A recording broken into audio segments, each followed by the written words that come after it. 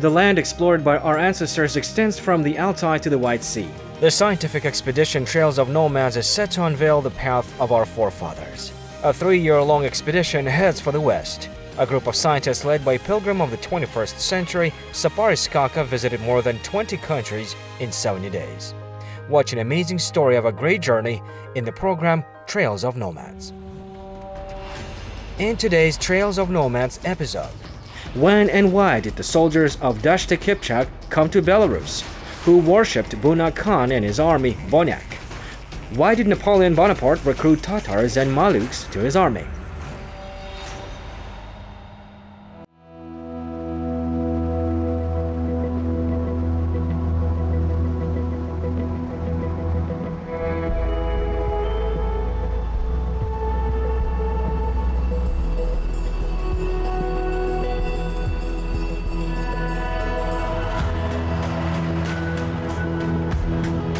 History is not only a series of events in the treasury of centuries, it also reflects the fate of the people, the dream of building an eternal state.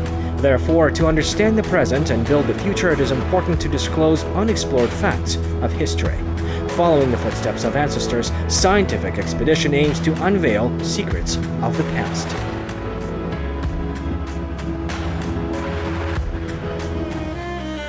Kazakhs and Belarusians do not have a clear historical relationship, but from the dawn of time, two nations have been living in peace and harmony. However, today's political partnership would be even closer if the nations reveal the basics of past relations.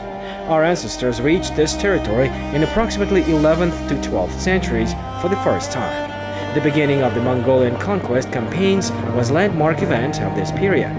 During this troubled time, part of the inhabitants of the Dashta Kipchak left their long inhabited areas by various reasons. Some went to Europe. Many centuries have passed, but there are still settlements founded by our ancestors in Belarus. One of them is the village of Polovets. Хлеб де соль, вышитый обрус. Хлеб де соль, хлеб де соль, мати Беларусь.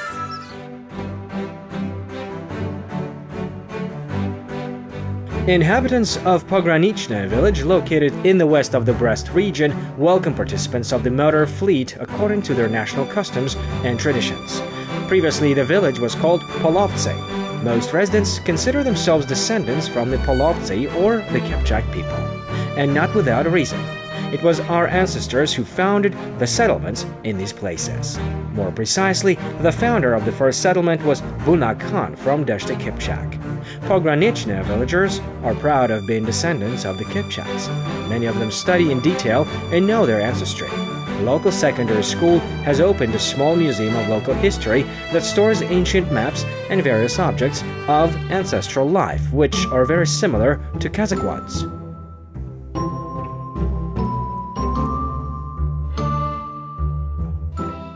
Давным-давно здесь ряд населенных пунктов имело... In the early days, all settlements in the district were named differently. For example, there were such villages as Peshatka, Polovetska, or Polovtsy. All these names are very interesting for us. Therefore, we are engaged in research together with students. Of course, it was challenging to find sources. The chronicle of the school has become a valuable record for us. The author of the chronicle, our countryman, wrote that at the beginning of the 19th century, the Polovets folk school was located here. There's a reasonable question: why the Polovets one? We found the answer to this question later. Another countryman, Alexeyuk, conducted a study on this topic in 1970 and published several articles like Polovets populated areas in the Brest region and Polovets inhabitants on the territory of Belarus. Relying on these works, we concluded that our kinship with the Kipchaks began approximately in the 13th century.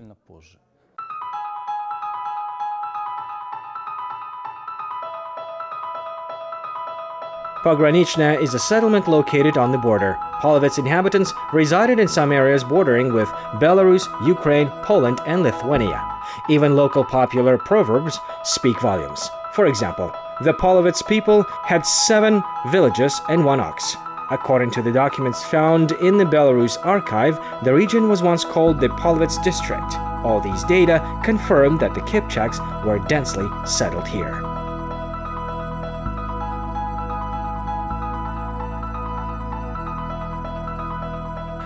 Именно здесь, на севере Брещины, на современном польско... In the middle of the 13th century, several Kipchak settlements appeared in the north of Brest region, that is, on the border of Poland and Belarus.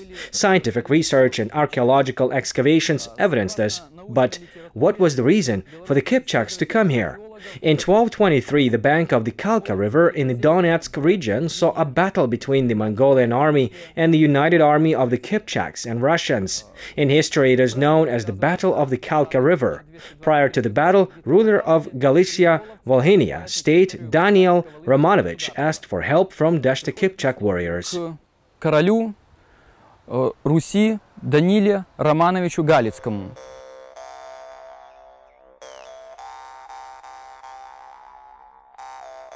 The Battle of the Kalka River took place in the spring of 1223. The Mongolian army led by Subutai the Valiant and Jibek opposed the coalition of Kiev, Galicia, Volhynia, Chernigov and Smolensk principalities. The Kipchak warriors were at the forefront of the defense. Many states invited them to their armies. Then it was very common, perhaps after the Battle of Didgori. In the Battle of the Kalka River, our ancestors used winning tactics. The Kipchak warriors were undefeatable.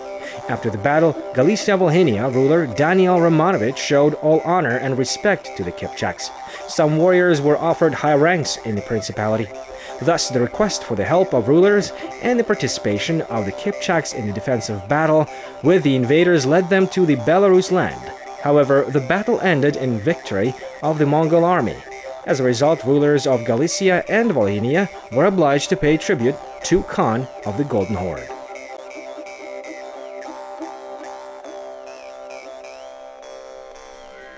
К великому сожалению, время неукоснительно бежит вперед. Unfortunately, the connecting thread of time was cut short. Of course, there have been many different events, including battles and wars, since those far times. Therefore, it is not easy to find out what was many centuries ago. However, people living in the villages of Pogranichne and Sukhodol have some common appearance features with the Turks. Also, Turkic names like Begeba, Kaltok are very common in this region. I think this is also a separate topic for research. Которые имеют свои тюркские корни.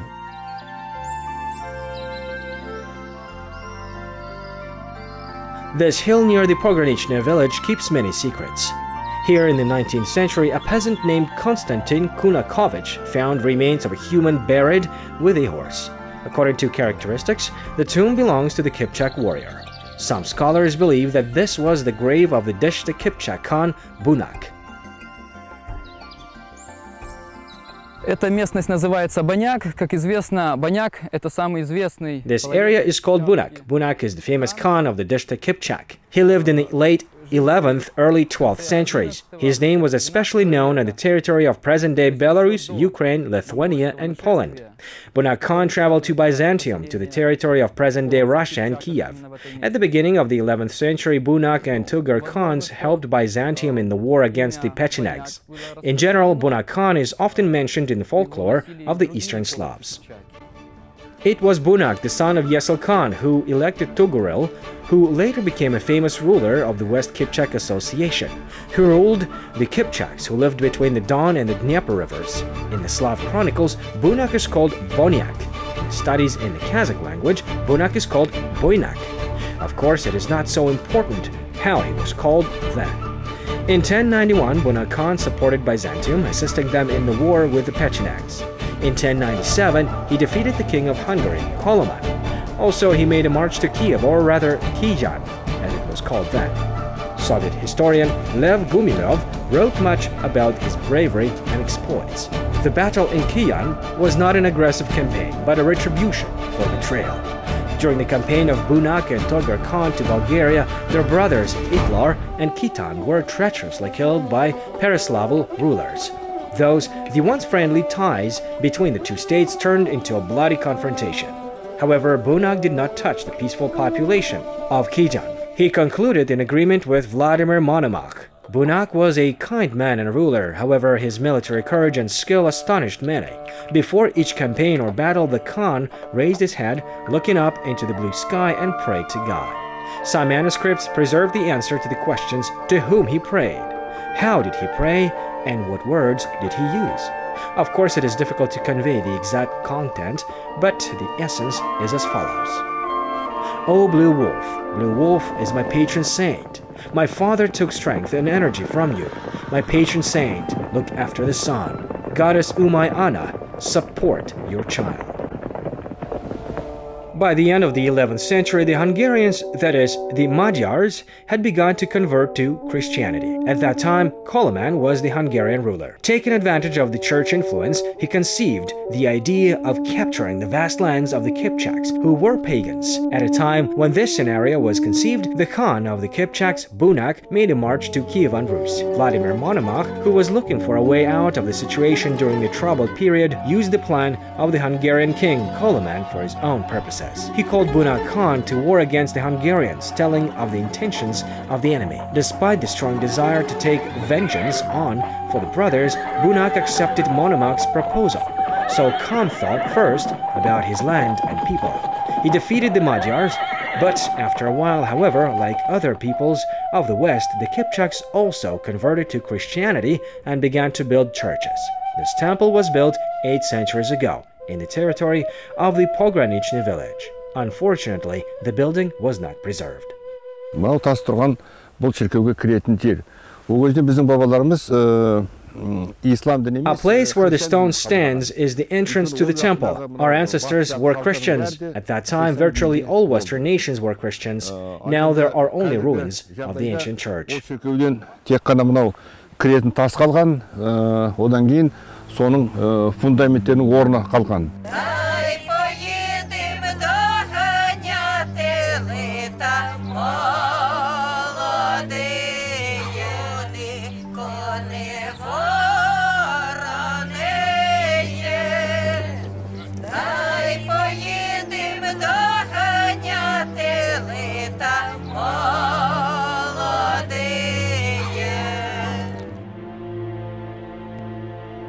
Members of the following the footsteps of the ancestors scientific expedition visited several villages and talked with residents. Many consider themselves to be Polovets people, that is, the descendants of the Kipchaks.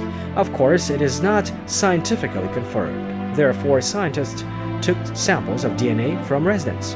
The results of the analysis will reveal the blood relationship. The Belarusian Tatars originated from the Turks Kipchaks, also participated in the scientific experiment.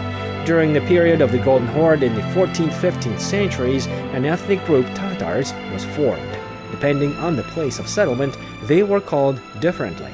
Tatars of Belarus, Lithuania, Poland originate from the Lithuanian Principality, which in the 13th to 18th centuries was located in the present territory of these 3 states. They were called Lipka Tatars. They were forced to leave their homes and settle in the Lithuanian Principality because of the constant clashes with the Golden Horde. In the middle of the 13th century, many peoples who lived on the Black Sea coast and on the Crimean Peninsula moved to the territory of the Lithuanian Principality. Some of them speak Polish and Belarusian today, but they preach Islam. In Belarus, many notable people are directly connected with the Tatars. The Belarusian Tatars, as well as the Kipchaks, are very belligerent people. As described in a number of historical documents, once the Tatars had as many as 6 armies. These are the armies of the Uhlans, Shirids, Jalairs, Naimans, and Kipchaks. In general, the Belarusian Tatars are the direct descendants of the Kipchaks.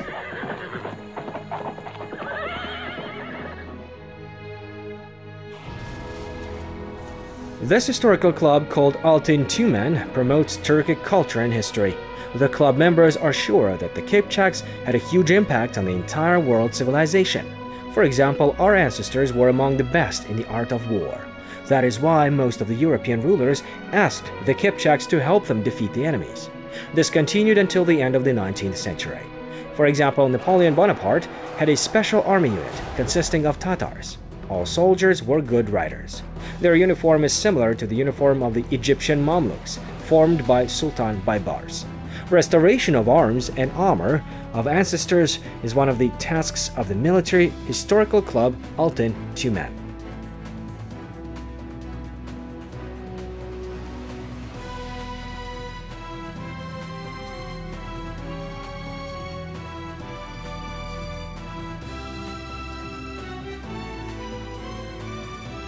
Существовало во французской армии такое подразделение, как эскадрон литовских татар императорской гвардии. The French army's Lipka Tatar squadron featured famous warriors, descendants of the Kipchaks from Belarus, Lithuania and Poland. They were very brave, enduring and, most importantly, faithful. The warriors demonstrated these qualities during the French campaigns in Egypt and Moscow in the Battle of Borodino. At that time, the Kipchaks had their own military traditions. The Golden Horde Khans, Tokhtames and Kutluk Temir are also closely connected with Belarus. There must be plenty historical monuments and documents testifying that.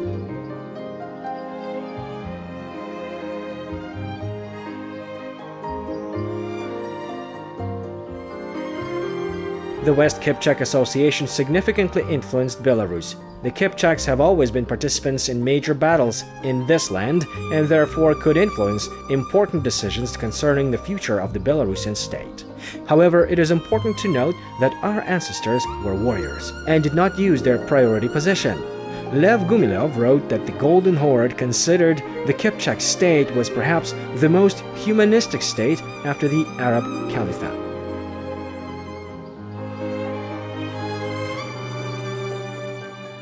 Такого государства, как Беларусь, не существовало. Это были здесь княжества славянские белорусов. Previously, there was no Belarusian state. In the Middle Ages, there were the Slavic principalities on this area.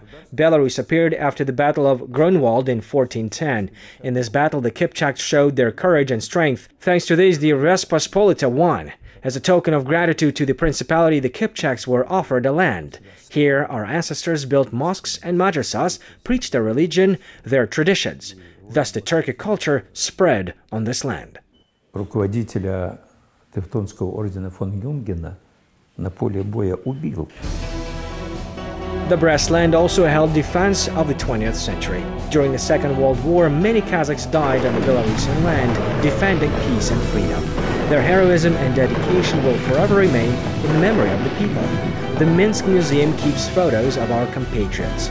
More than 400 Kazakh soldiers participated in the defense of the Brest fortress. Brave soldiers died fighting for the freedom of descendants. 83 soldiers were awarded the title of Heroes of the Soviet Union. Members of the expedition honored the memory of the dead soldiers.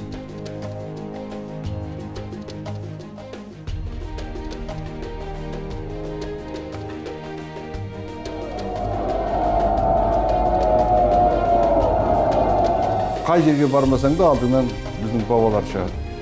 Бәрі де жауынгер, бәрі де ержүрек, сөзінде тұратын, ешқандай сатып кету дегенді білмейтін, бір сөзді. Сол үшін барлық. The footsteps of our ancestors are everywhere. They were courageous, brave, faithful people standing by their word. For this, they were respected all over the world. They had great authority in China, India, Egypt, Syria, Georgia, Ukraine, and Belarus. That is exactly the kind of character we need to educate in today's youth, to never give up, achieve goals, be patriots, love people and history. Біздің жастарымыз сондай көп шықса екен. Намысқор, патриот, намысын қолдан бермейтін, сондай бабаларына тартып туса екен деймін. Біздің енді ұрпақтарымыз. Сол үшін әрине біз оларды тәрбиелеуіміз керек, оларға айтып отыруымыз керек. Kazakhs and Belarusians have different language and religion. However, we have a common history. Therefore, it is important to keep investigating and seek common ground to make further cooperation more fruitful. This is the most important mission of the Following the Footsteps of Ancestors scientific expedition. By the way, the next stop is Lithuania. Watch the next episode to learn how the Kipchak warriors defended the famous fortress of Vytautas the Great.